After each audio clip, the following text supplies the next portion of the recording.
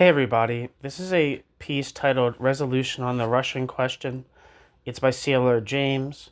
It's from September 1941, and it's a resolution to the 1941 Convention of the Workers' Party of the United States submitted by C.L.R. James under the name of J.R. Johnson. It was transcribed to Marxist.org by Damon Maxwell and proofread by Inda O'Callahan. Or Ind O'Callahan. All right, let's rock. Section 1, Introduction.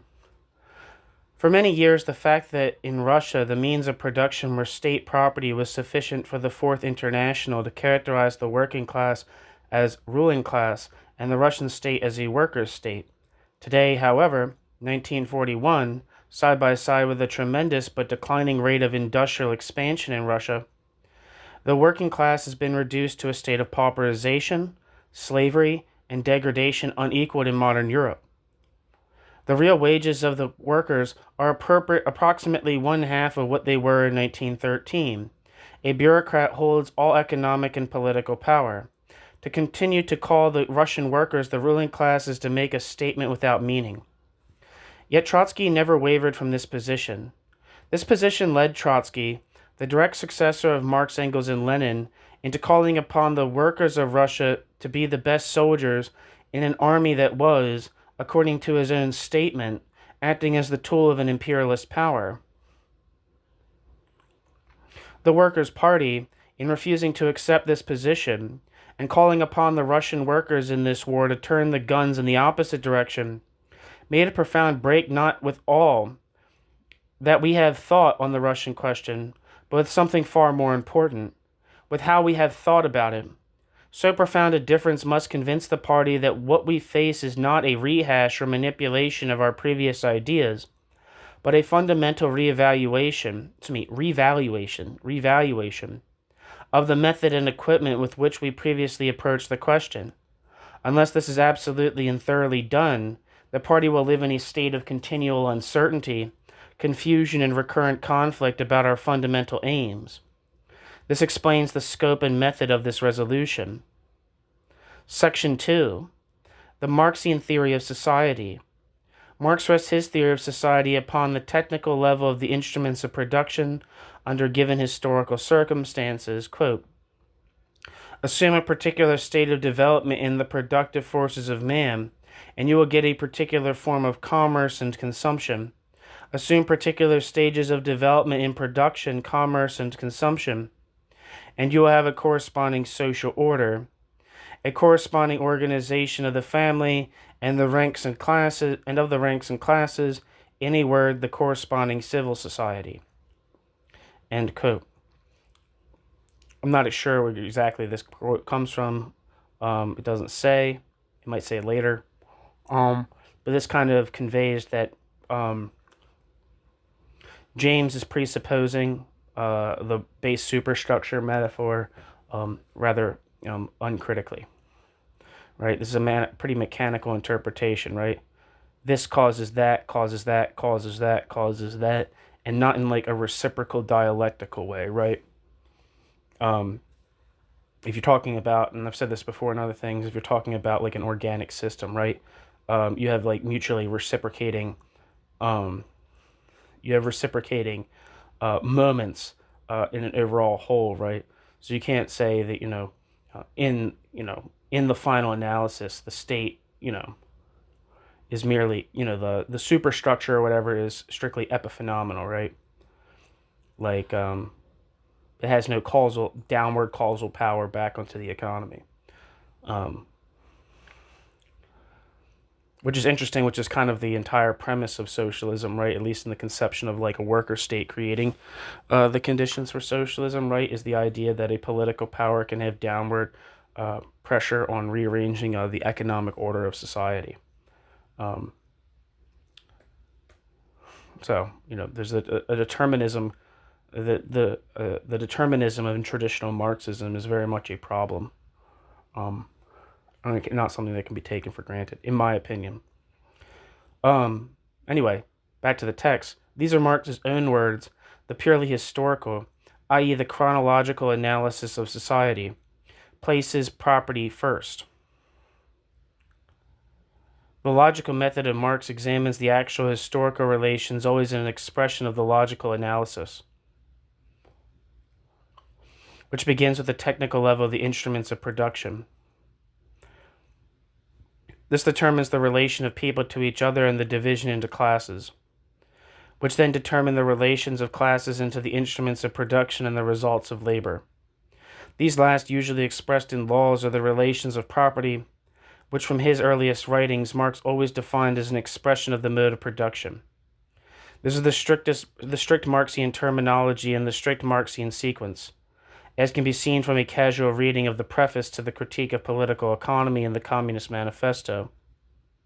Applying this method to Russia, we find that in 1941, the technical level of production, unsupported by one or more powerful socialist states, compels a social relation of exploited wage laborers and appropriating capitalists. In order to achieve the bourgeois democratic revolution in 1917, the proletariat was compelled to seize power.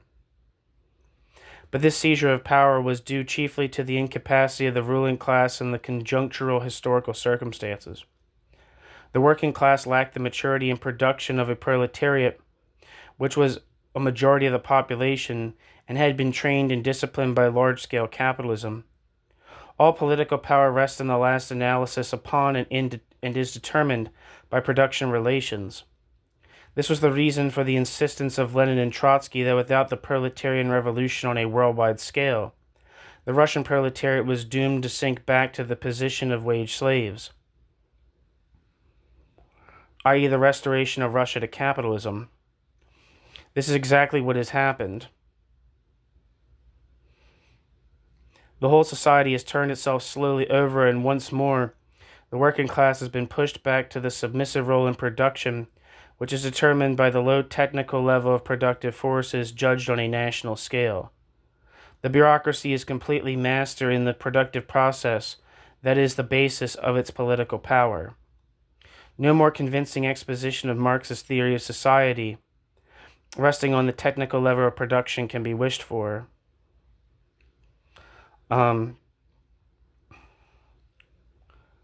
This idea of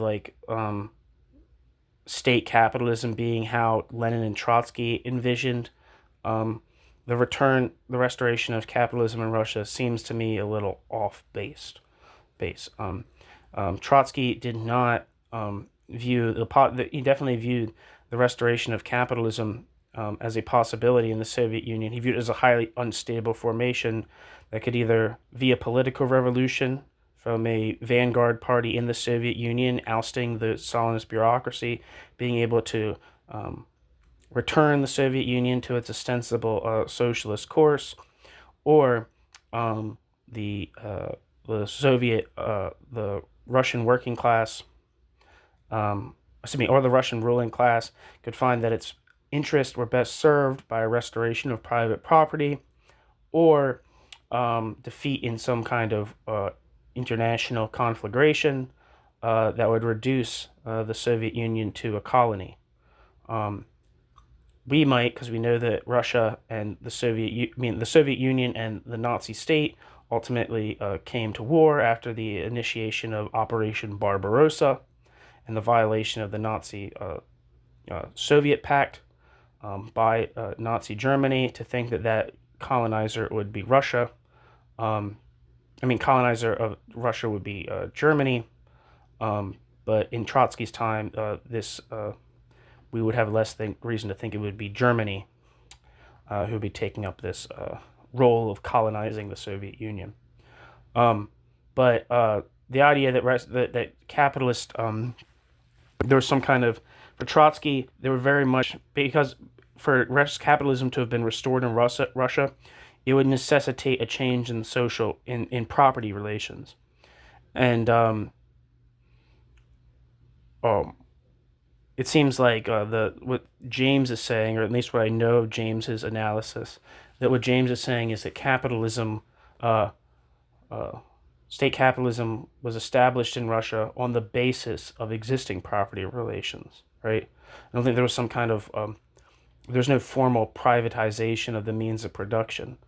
Um, it was just that the nature of exploitation and the nature of class rule in the Soviet Union produced similar effects and had similar growth imperatives to capitalism, which made it capitalist, as opposed to a restoration of private property, which is how Trotsky envisioned, and I'm sure Lenin as well. I can't speak as well.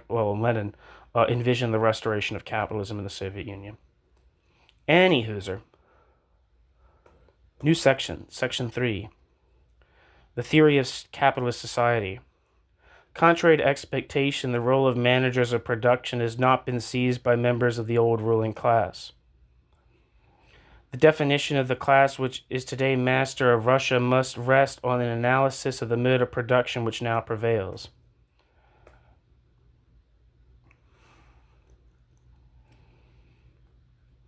The historical conditions of capitalist production are as follows. 1. The existence of the world market. 2. The existence of a class of, quote, nominally free, end quote, wage laborers. 3. The ownership or monopoly of the means of production by a class which rules production and disposes of the property. 4. Production by private persons for a free and uncertain market. Such a society produces a certain type of product, the capitalist commodity, which has its own special commodity characteristics. Again, this is kind of like a weird thing. The capitalist commodity, that has specific characteristics, but this might be based on the fact that the going interpretation of Marx's critique of political economy, until the 1960s, maybe even earlier, less so. I think this was also critiqued in very much so in Japan in the 1950s. I think Japan was kind of like an isolated vanguard in like reevaluating the meaning of the critique of political economy. But the idea that there was this, the commodity that's being talked about in the opening chapters of Capital, Marx's Capital, was a commodity that was not necessarily a capitalist commodity. It was a commodity in the existing in a society of simple commodity production, where ostensibly value was transparent and everybody knew. So like the kind of ideas of like real abstraction and kind of like acting without knowing or like or maybe like explicitly knowing, was not a part of like Engels' interpretation of Marx's critique of political economy, and so that kind of became like the taken for granted understanding, right? That there was this thing called like simple commodity production, which is different from capitalism, and it existed in some sense as a real mode of production. Anyway, to use Marx's own words, quote, all understanding of the facts depends upon this, end quote. And any analysis, I fucked up. Such a society produces a certain type of product, the capitalist commodity, which has its own special commodity characteristics. The labor contained in it has the double aspect of both use value and exchange value. To use Marx's own words, quote, all understanding of the facts depends upon this, end quote. And any analysis of Russia which describes it as a society, quote, unforeseen by Marxists, but yet omits a consideration of this and other aspects of the law of value, is so inadequate as to be not only misleading but valueless.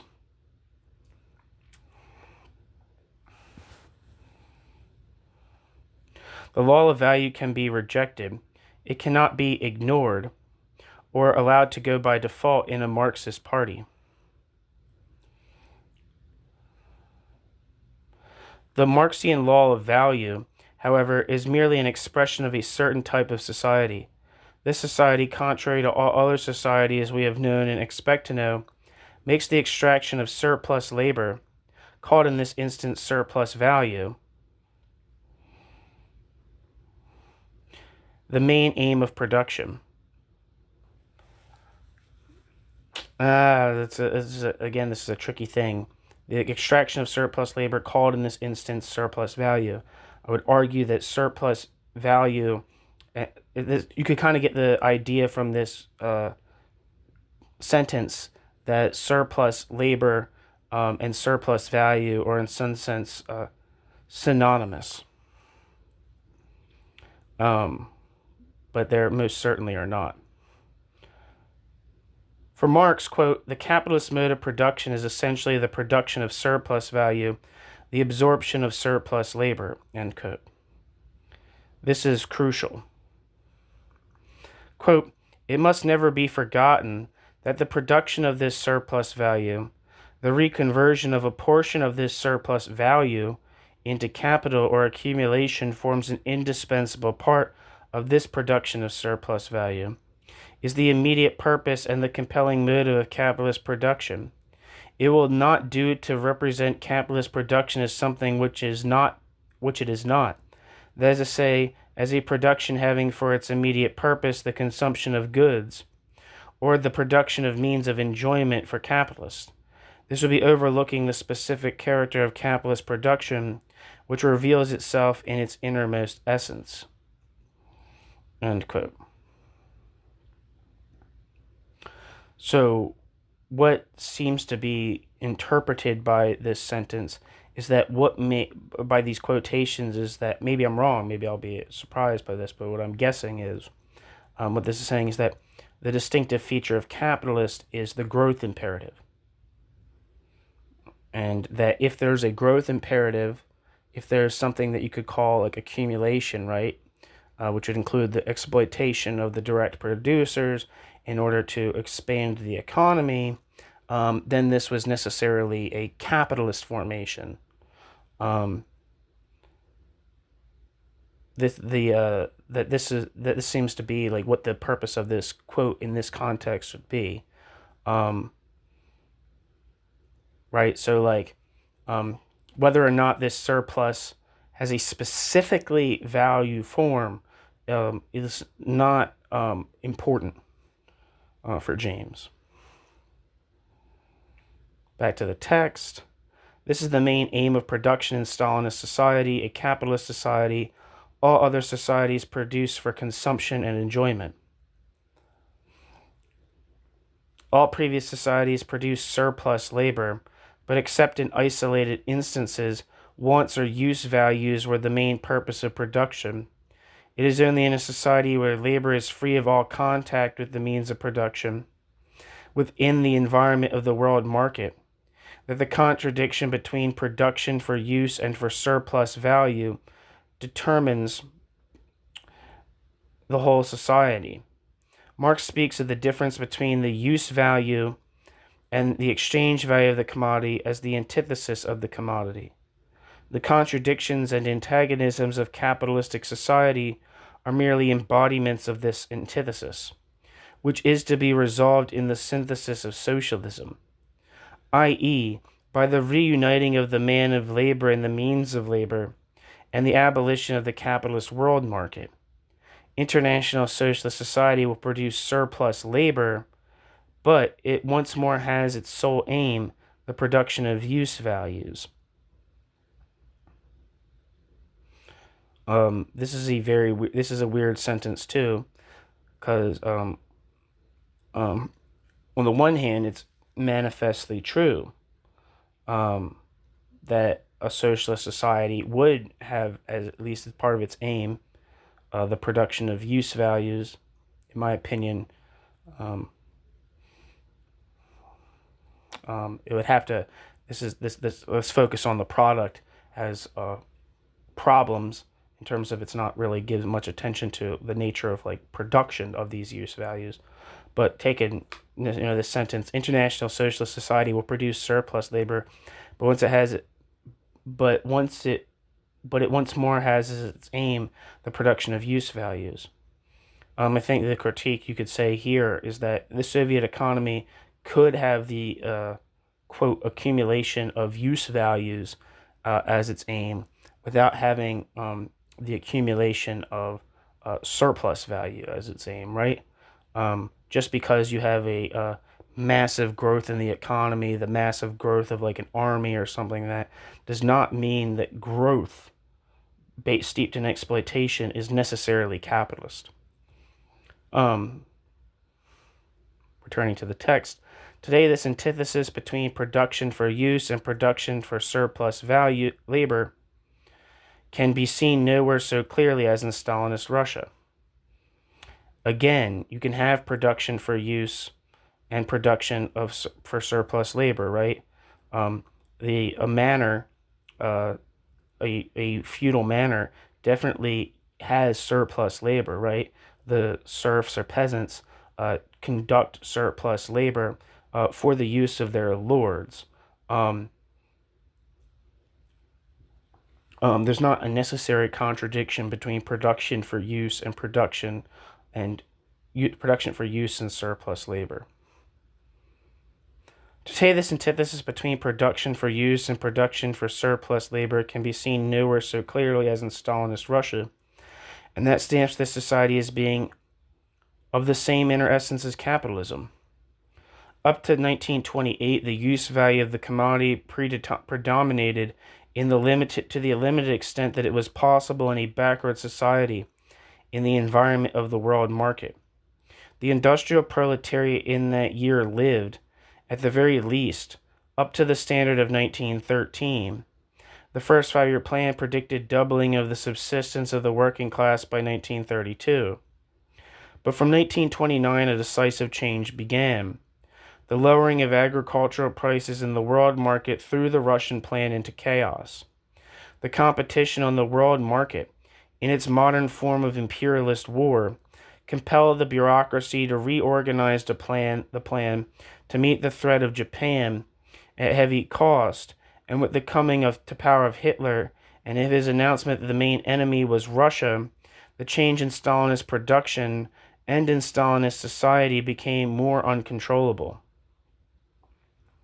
The bureaucracy was compelled to continue the process of industrialization at feverish speed.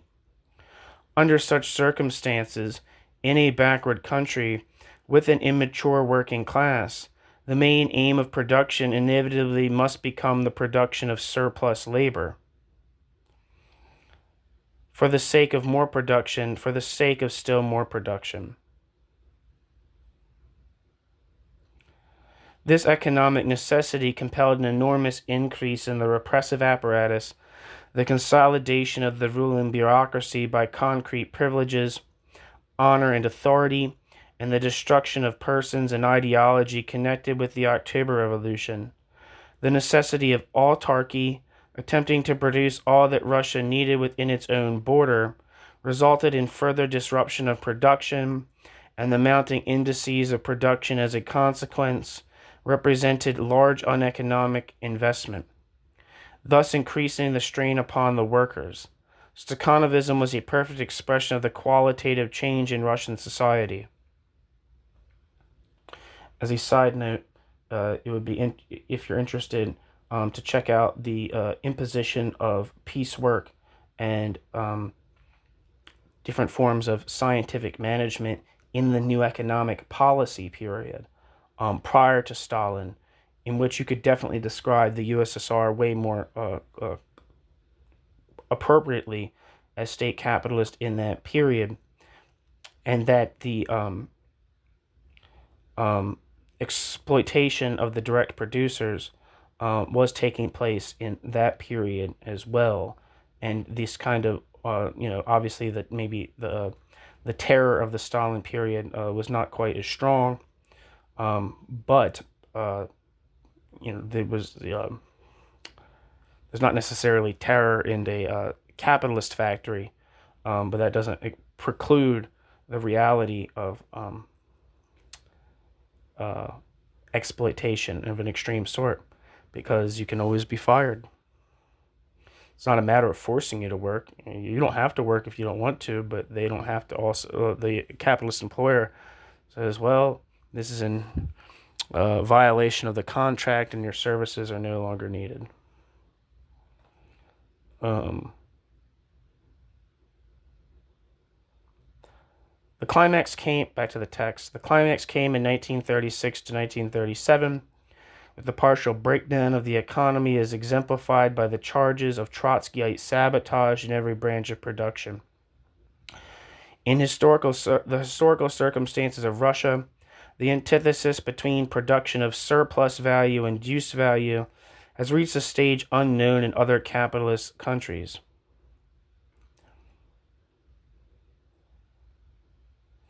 The state of world economy today precludes any thought of a cessation of this mode of production. The economic power of the bureaucracy predicts that this can be done otherwise than at the continued and growing expense of the working class. The system has developed in every essential production into a capitalist system, and the parasitic bureaucracy has been transformed into an exploiting capitalist class. Henceforth, its law of motion must be the same as that of other capitalist societies. An approximate date for the completion of this process is 1936, the year of the Stalinist Constitution. Section 4. The necessary movement of capital and its forms of manifestation. That the laws inherent in capitalist production in Russia manifest themselves in unusual forms is obvious. But their unusualness in Russia is not unique. It is exceeded by the capitalism which Marx himself invented. Weird sentence. To deduce the laws of capitalist production, Marx constructed a capitalism such as never existed and never could exist. In it, labor, like every commodity, was always sold at its value. The capitalist found on the market whatever he wished. Consumption was always equated to production. Fluctuations of prices there were none. No single capitalist enterprise advanced in front of the other in organic composition. Unemployment and crisis were absent. All was in complete equilibrium. No capitalist could construct for himself a more ideal haven of peaceful accumulation. Yet this is the capitalism from which Marx drew his laws of motion, and even the capitalism Marx proved was bound to collapse. And even this capitalism Marx proved was bound to collapse. From this abstraction, which was the frame in which Marx worked in volumes 1 and 2, Marx then turned, and in volume 3 showed the devastating manifestation of the law of motion in capitalist society as it actually was. Thus, the very method in which capital is constructed is a warning to all hasty and ill-based attempts to baptize societies as never before seen, from a consideration of their external forms of manifestation, and not from an analysis of their laws of motion. Marx dealt extensively with the crisis of overproduction, but in 1886, Engels, in a preface to Capital, calmly stated that the decennial cycle of prosperity, overproduction, and crises seemed to have come to an end, leaving a permanent depression. A few years later, Engels wrote that perhaps this prolonged stagnation was only the prelude to a general worldwide crisis, but Engels was not certain. The continued absence of the cycle of prosperity, overproduction, and crisis invalidated the law of motion of capitalist society, was obviously far from his thought. For Marx, crisis was an expression of the contradictions inherent in the movement of capitalist society. The crisis would express itself in different forms, but the contradictions of the capital relations would continue.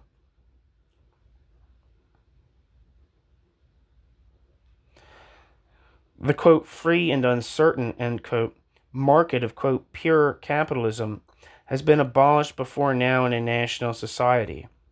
Lenin in 1917, before the revolution, stated that the immense majority of the capitalists in Russia were not producing for the market at all, but for the state, which advanced them money.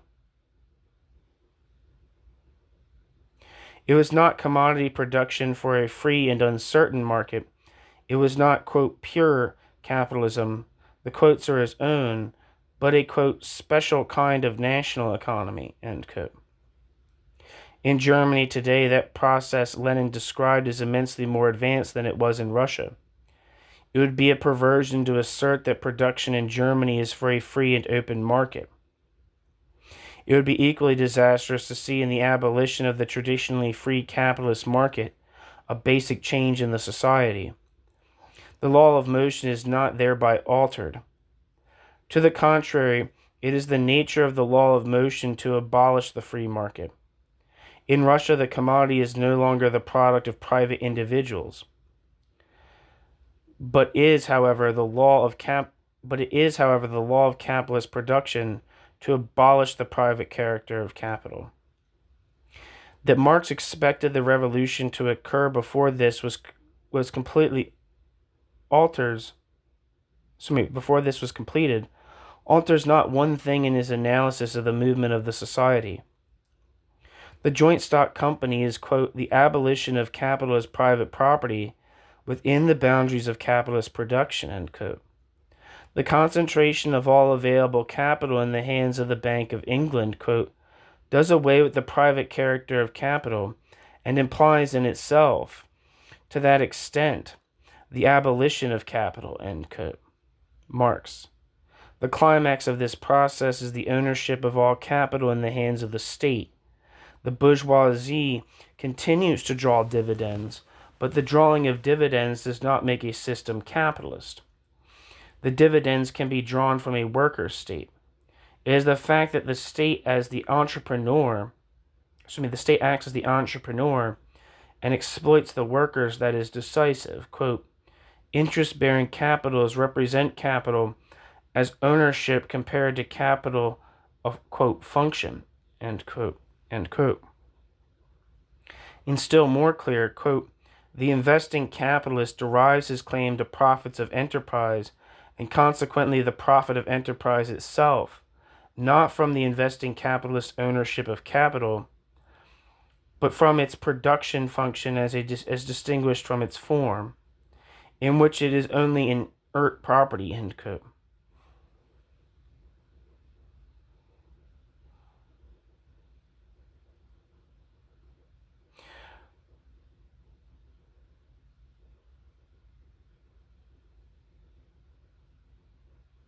Marx and scores of other places pointed out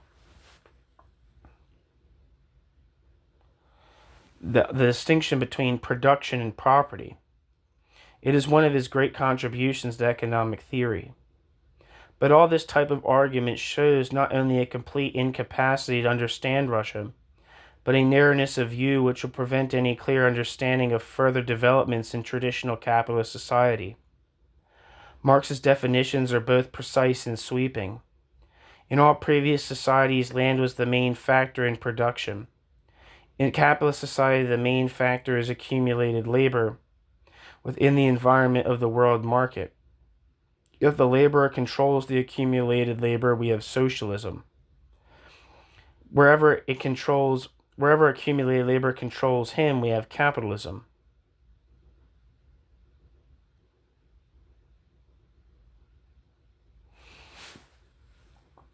Again, accumulated labor in this sense is not understood in having like a specific value form, right? It's just like he's talking about use values here. Accumulated labor without kind of talking about like without reference to like markets or money or anything like that is is a use value component.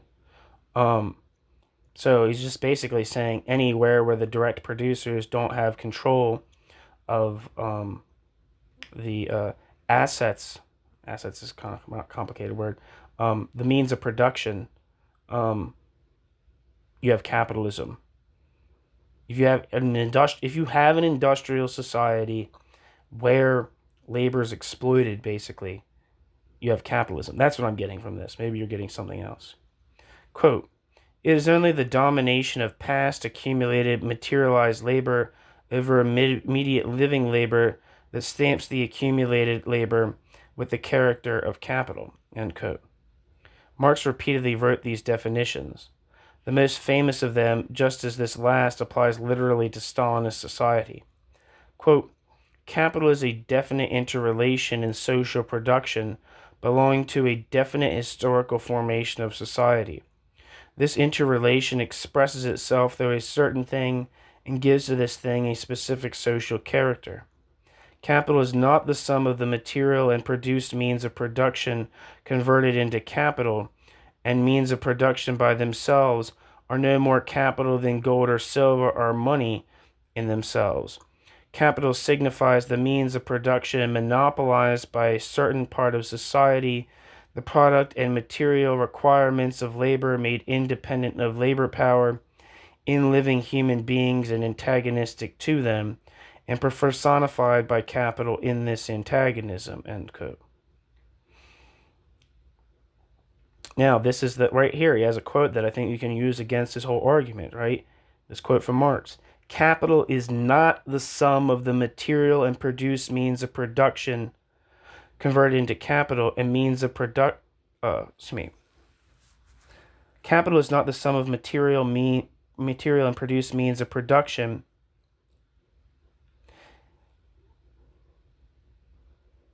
converted into capital. This is actually a typo. Never mind. It seems like a typo. Capital is not the sum of the material and produced means of production converted into capital, and means of production by themselves. Right there. Means of production by themselves are no more capital than gold or silver or money in themselves.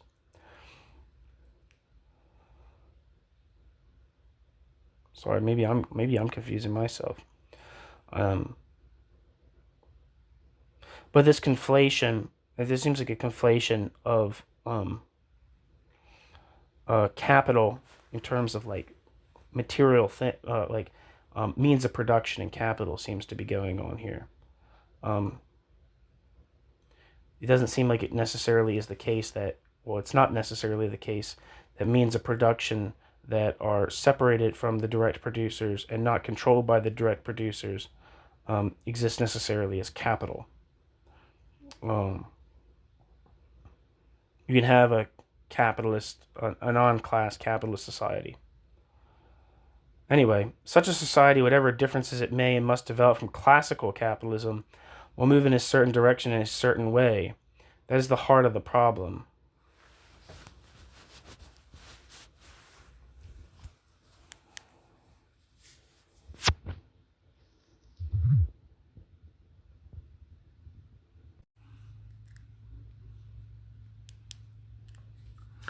New section, section 5.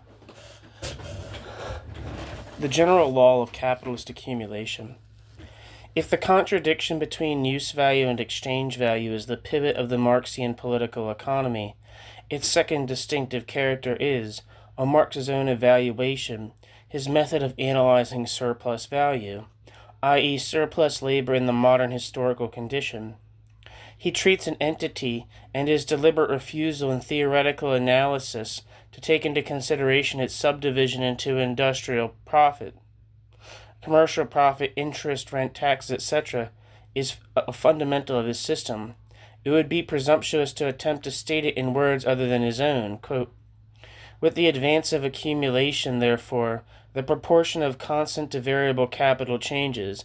If it was originally, say, 1-to-1, it now becomes successively 2-to-1, 3-to-1, 4-to-1, 5-to-1, 7-to-1, 8-to-1, so that, as the capital increases, instead of a half of its total value, only 1/3, 1/4, 1/5, 1/6, 1/8 is transformed into labor power. And on the other hand, 2/3, 3/4, 4/5, 5th, 6th, 7/8 into means of production. ... With the growth of the total capital, its variable constituent or the labor incorporated in it also increases, but in a constantly diminishing proportion. End quote.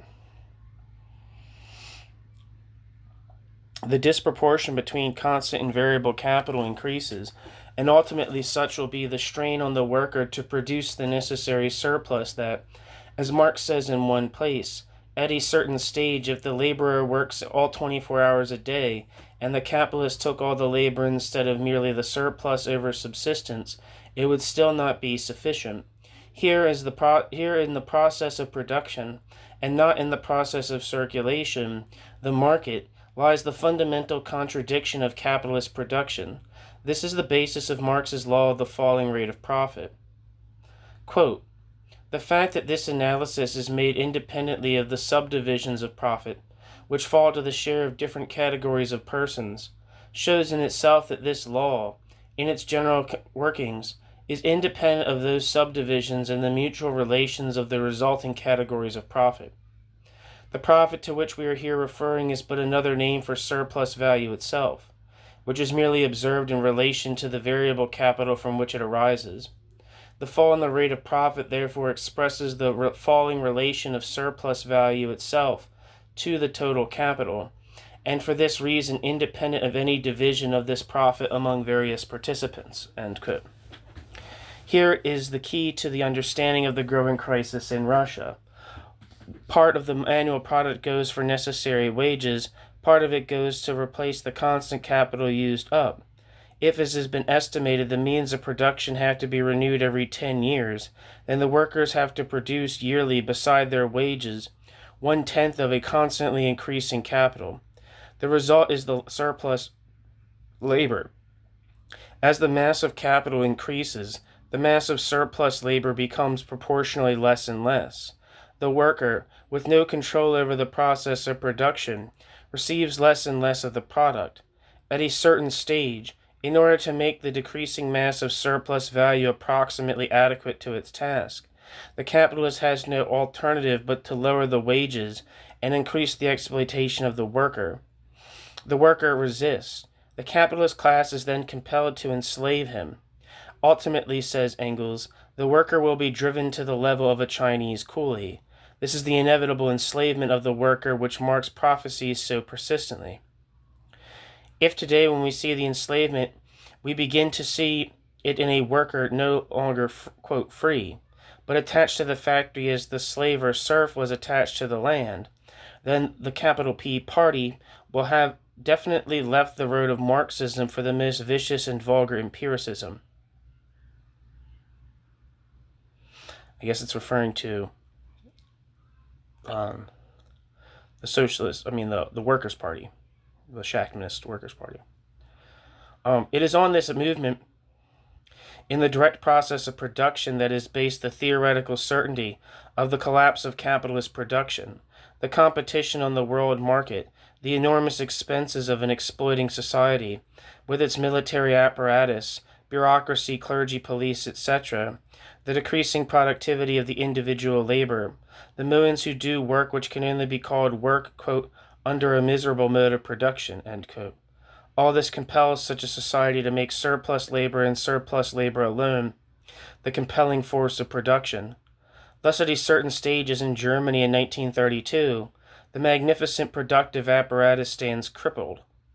Such is the size of the means of production and the organic composition of capital, that the enormous quantity of surplus labor necessary for the progressive functioning of a capitalist society cannot be produced. The, quote, functioning capital, end quote, available to make this productive apparatus work is too little. It appears to be a plethora of capital, but Marx says this, quote, so-called plethora of capital, end quote, is always capital whose mass does not atone for the fall in the rate of profit. Capitalist production comes to a standstill, first and foremost because the system demands that surplus labor be produced, and sufficient surplus labor cannot be produced. The contradiction between use value and exchange value has reached its apotheosis. The troubles of the market are merely the reverse side, the result of the contradictions in production.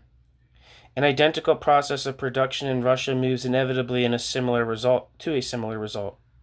The laws of capitalist production, always imminent in an isolated worker state, and more so in a backward economy, have been forced into action in the environment of the world market. The organic composition of capital in Russia mounts with the growth of industrialization. Year by year, however, the mass of surplus labor must grow proportionally less and less. Marx worked out his final theory of accumulation on the basis of the total social capital in the country, and denied that this altered the economic and historical characteristics of the society. The expenses of an exploiting class within the environment of the world market, the privileges necessary to differentiate the classes, a vast military apparatus, increasing degradation and slavery of the worker, the lowering of the worker's individual productivity at a stage when it needs to be increased. All these features of Russia are rooted in the capital-wage-labor relation and the world market environment. The advantages that Russia alone enjoyed in 1928, centralization of the means of production, capacity to plan, have today been swamped by the disadvantage of the quest for surplus value.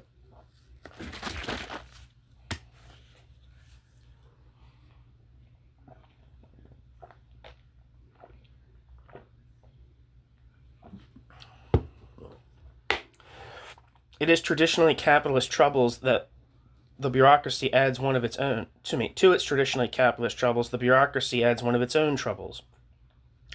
An excessive waste due to the bureaucratic administration. But Stalin today, like Hitler, contends essentially with the falling relation of the massive surplus value to the total social capital. That is the economic basis of the constantly growing persecution of the workers by the bureaucracy. The bureaucracy is no worse than any other ruling class. The bureaucracy behaves as it does because the bureaucracy must behave as it does. This is the law of motion of Stalinist society. Ultimately, the productive apparatus of Russia will stand as impotent as Germany's in 1932, and for the same reason. Its incapacity to produce the necessary surplus labor, which is the compelling motive of production for any modern class society. The struggle in Russia is not over consumption, as Trotsky thought, but over production. And the Stalinist state is organized 9/10 not for stealing, but for production. The party must make this clear to all its propaganda and agitation and correct this serious error.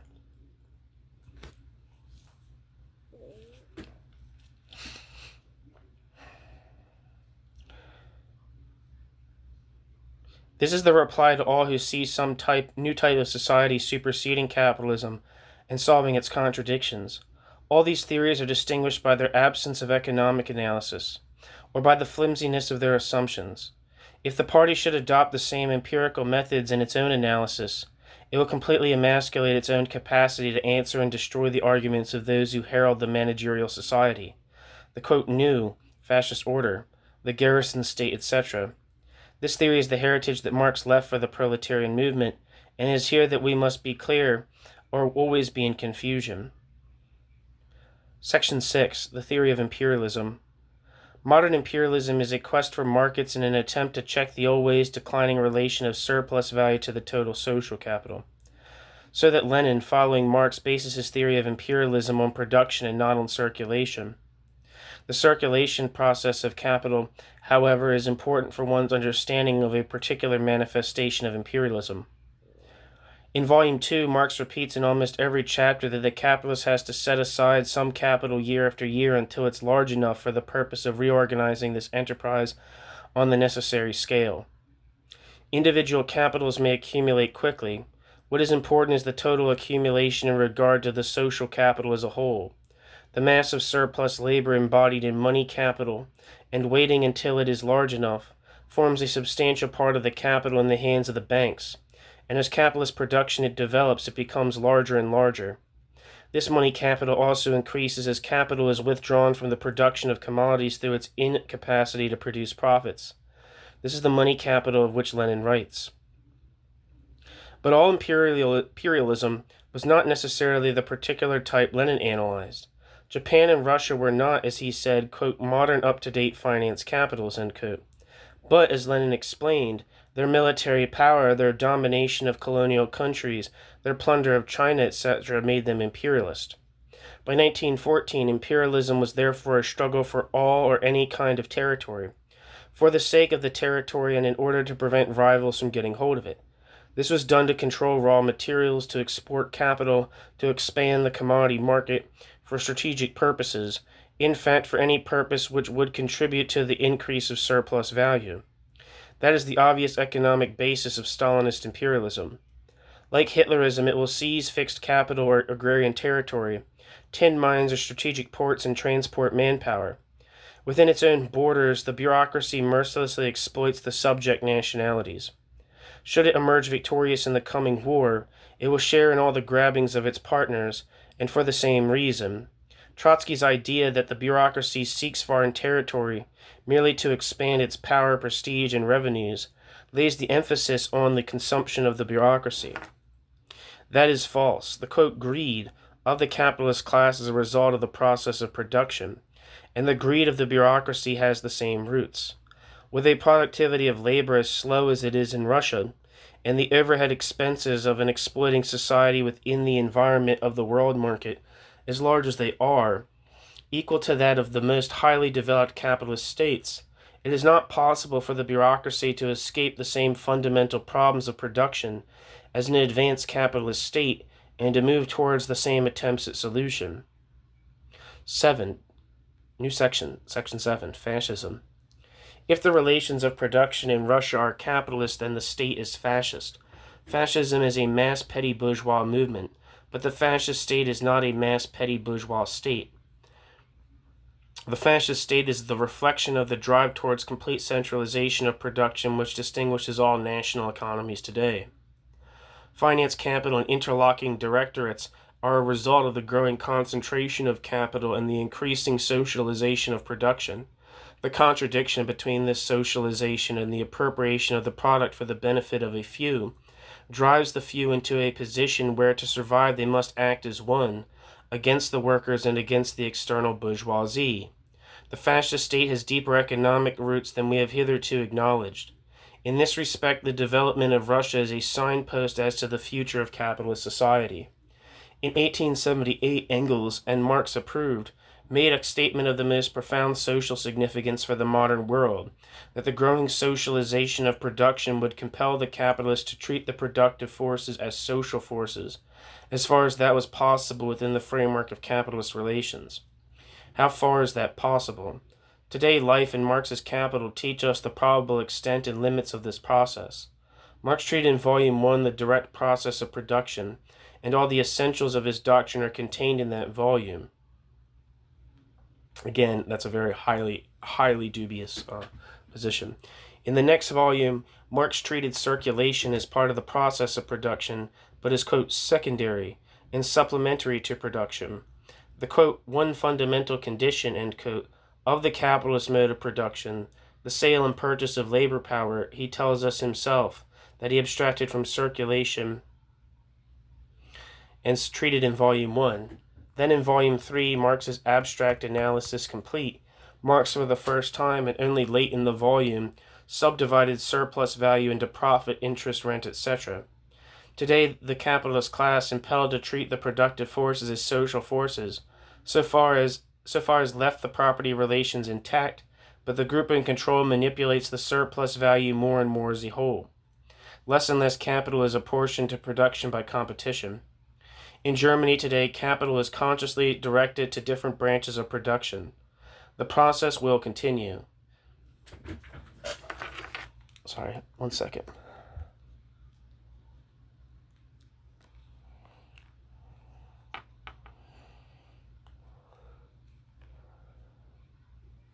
God damn it.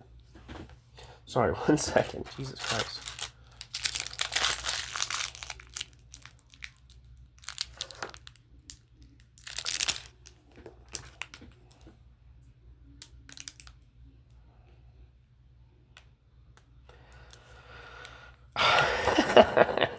So fucking annoying.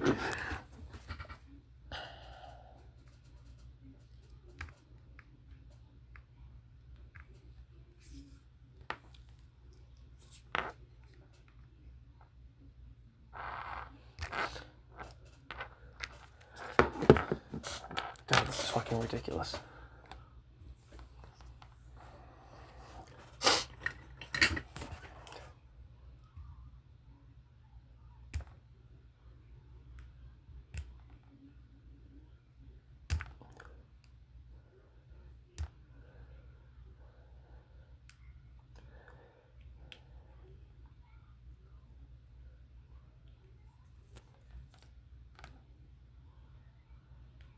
Sorry. Fuck it.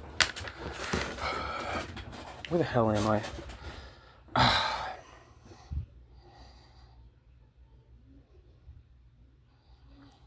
Where am I? Then in Volume 3, his abstract analysis complete, he for the first time and only late in the volume subdivided surplus value into profit, interest, rent, etc. Today the capitalist class, impelled to treat the productive forces as social forces, so far has left the property relations intact. But the group in control manipulates the surplus value more and more as a whole. Less and less capital is apportioned to production by competition. In Germany today, capital is consciously directed to different branches of production. The process will continue. The capitalists abolish the free market and shape circulation as far as possible to their own purposes, rationing every commodity, including labor power. But the one fundamental condition of capitalist production, the sale and purchase of labor power, and the process of production, Volume 1, they cannot alter without destroying themselves. Lenin, in the last 2 pages of Imperialism, as early as 1916, saw that with the increasing socialization of production, quote, private economic relations and private property relations constitute a shell which is no longer suitable for its contents, a shell which must of necessity begin to decay if its destruction is postponed by artificial means, end quote. The Communist Manifesto of the Third International was written around the same thesis in the most pronounced form. If Russia today has differences with a capitalist economy where the private property relations have decayed and production is nationalized, these points are not to be detailed for their own sake as being different. Nobody denies their difference. What is to be proved is that these differences alter the law of motion of society, and this cannot be done because the contradictions of the whole society are rooted in the class relations of production, which are identical and determine all other relations. What was formerly private and uncontrolled by the very development of capitalist production becomes more and more state-controlled. It is from there, where Marx placed his basic contradictions, that all capitalist troubles spring. More and more capitalist society, in Engels' phrase, will capitulate to the necessity for planning of the invading socialist society. We must be prepared for strange transformations. But as long as wage labor exists, the capitalist class will have what Engels called not more than the, quote, technical elements, end quote, of a solution. Quote, technically, Hitler and Stalin have more control of the means of production and are able to do anything. In reality, the social relations of production inside the country, in the environment of the world market, make them fairly vain fighters against the general current of world economy. Is this economic necessity of organizing production as a whole, the invading socialist society, but yet the interests of a few, the old capitalist society, that finds political expression in fascism? Whatever the method, capitalist economy forces the formation of the totalitarian state owing to the needs of production. Section 8. Socialism. The antithesis of Stalinist society and capitalistic society being the same, the solution of their contradictions is the same. It can be stated in a sentence. The workers must take control of the process of production on a national scale and international scale. This achieved automatically according to the technical development and the relations with the world market, use values will begin to predominate. But with reasonable speed, the same must take place on an international scale, and the quest for surplus labor in the world as a whole will drag down the socialist state, unless it commands an exceptionally well-developed and extensive area. Quote, we live, said Lenin, quote, not in a state but in a system of states, end quote. The consequences of this transformation will be, 1. The individual development of the laborer. It is in this that Marx depends with unwearying insistence for the higher productivity of labor, which will be characteristic of the new society. Quote, variable capital will now and only now meet, quote, constant capital in coordination.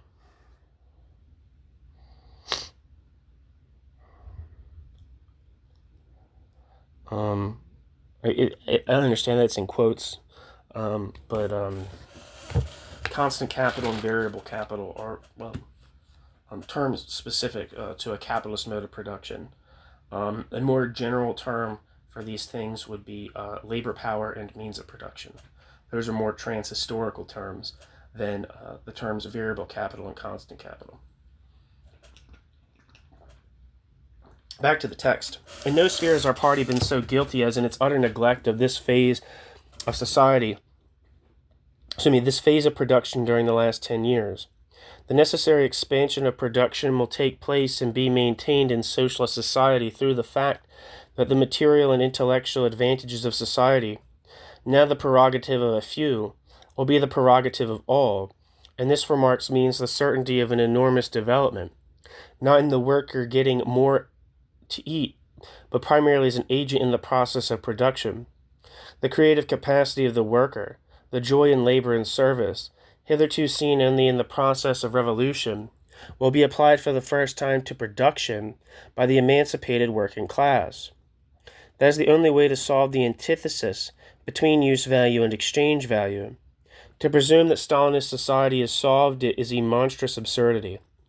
The degradation of the Russian worker is an economic fact.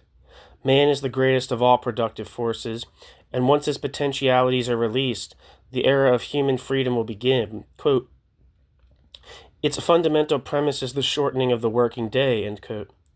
Until then, society will be increasingly like Russia and Germany and plunging to destruction. 3. The release of the workers for creative labor and production will be immensely encouraged by the entry into productive labor of the millions of idlers and unproductive labor who infest modern society, the bourgeoisie, the lawyer, the publicity men, the distributors, domestic servants, agitators, stormtroopers, police, etc. All will be trained and placed in productive labor. They are the overwhelming overhead expenses of a class society, in Russia as well as in Germany. 3. Production will be for social needs and not for millions of non-productive consumers in the Army, Navy, Air Force, and their useless and criminal expenditure. The international division of labor will become a source not of enormous expenditure and autarky, but a source of cooperation and continuous advance.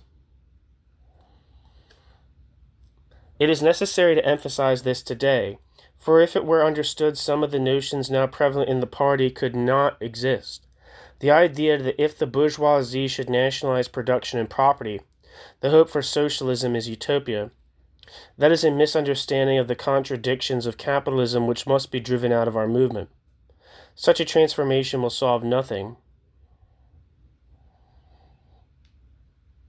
The 3 points outlined above will be as far from realization as ever. A new society begins when the workers take power, when the world market is abolished by the domination of one capitalist state, which would be an unspeakable barbarism. Marxism knows no other, quote, new society, far less any progressive new society, either the emancipation of labor or increasing barbarism. Only in the most abstract sense can state property be said to be a higher form, as monopoly capitalism has a higher form than pre-monopoly capitalism.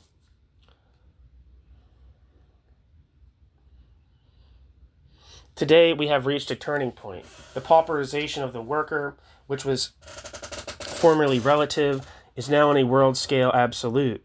Today, in the most advanced capitalist societies, he is on his way to slavery. In its present state, capitalism, whatever its form, except in a few areas and for declining periods, can no longer maintain the worker even in the conditions of his previous slavery. Without the proletarian revolution, the state property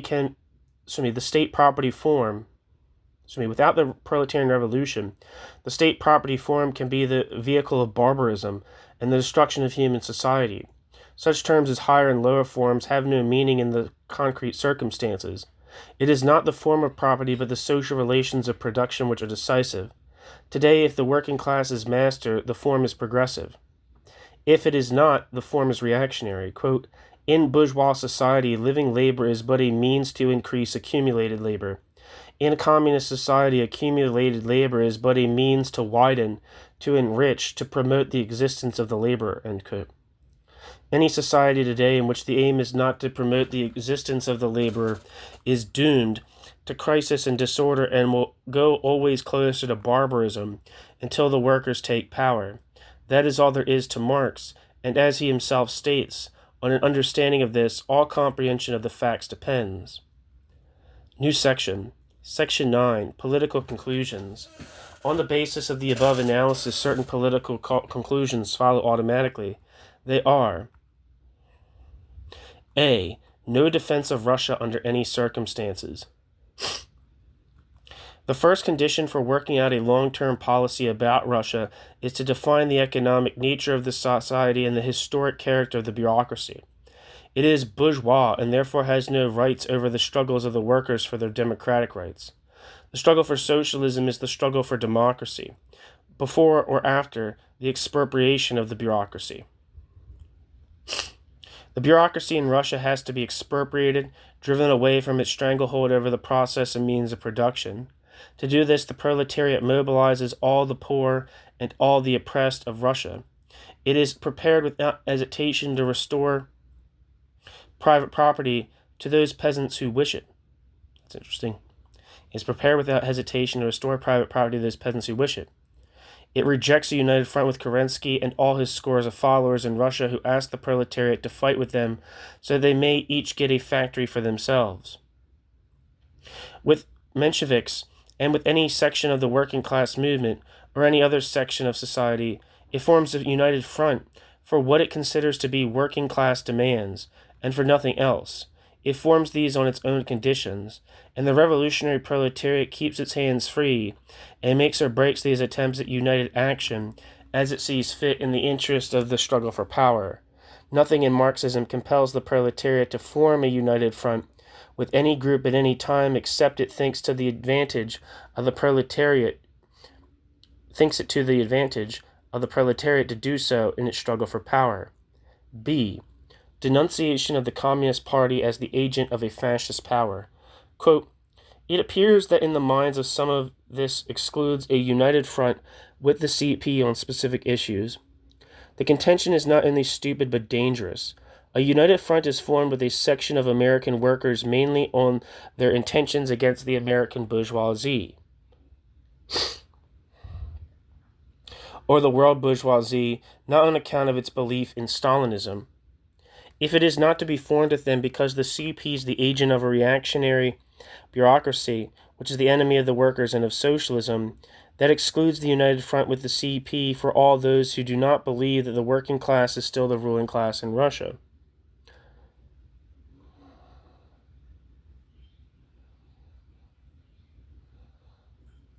In the case of Browder, whom the American government attacked for obvious reasons, the party will offer a united front.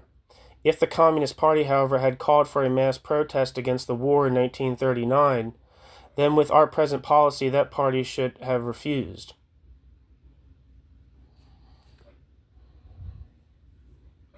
But even that refusal is not definitive, for according to the temper of the American proletariat, the strength of the party, the stage of development or disintegration of the Communist Party, the strength of the bourgeoisie, the party may even, under similar circumstances, decide even to support a specific anti-war action by the Communist Party, even though the call was dictated originally by the interests of the Russian bureaucracy.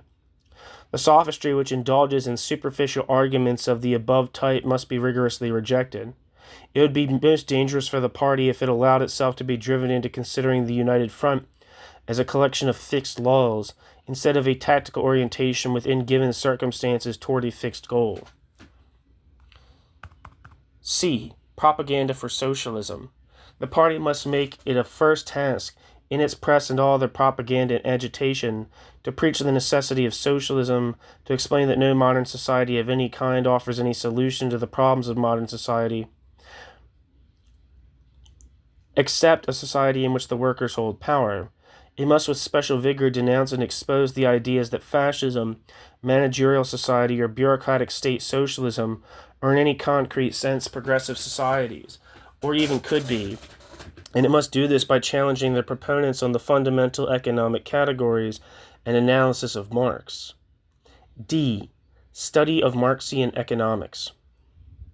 The party must initiate a serious study of Marxian economics and devote a section of the New International regularly to studies in Marx's Capital, the critique of political economy, etc. Many of the important topics in Capital are still controversial, but it is certain that the development of society offers this generation an opportunity to elucidate by an observation of life many of the problems which are objects merely of speculation by previous theoreticians. This must be the basis of our theoretical work in the future. It is an example of what we have to do and how we have to do it, and this resolution has been written. Whatever our conclusions, the uncertainty of the present and the crisis of the future demand that we solidly establish our fundamentals. If we shall decide to abandon the Marxian law of value in the analysis of any modern society, then we should now exactly and concrete know exactly. We should now exactly. Excuse me. There's a typo. If even we shall decide to abandon the Marxian law of value in the analysis of any modern society, then we should know exactly and concretely why. For it is only from there that we could develop a new method, as will be necessary for any new society. September 19th, 1941. Thank you so much for listening.